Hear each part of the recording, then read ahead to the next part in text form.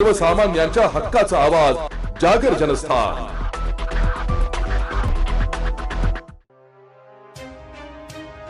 Nashik road Jail Road भागातील भीमनगर येथील SBI बँकेचे एटीएम मशीन चोरून नेल्याची घटना आज पहाटेच्या दरम्यान घडली आहे। पोलिसांकडून मिळालेल्या अधिक माहितीनुसार 3 ते 4 चोरट्यांनी तोंडाला कापड बांधून जेलरोड भीमनगर येथील मुख्य रस्त्यावर असलेले स्टेट बँक ऑफ इंडिया बँकेचे एटीएम बूथला लावलेल्या सीसीटीव्ही कॅमेऱ्यावर अत्यंत हुशारीने काळपट रंग मारला व अलार्माची वायर कापली।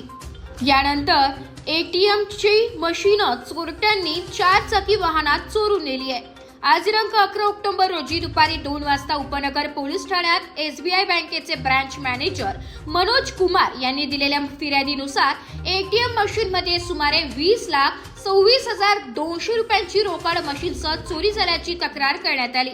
या अगोदरही याच एटीएम बूथवर चोरीचा प्रयत्न झाल्याची माहिती स्थानिक नागरिकांनी दिली आहे।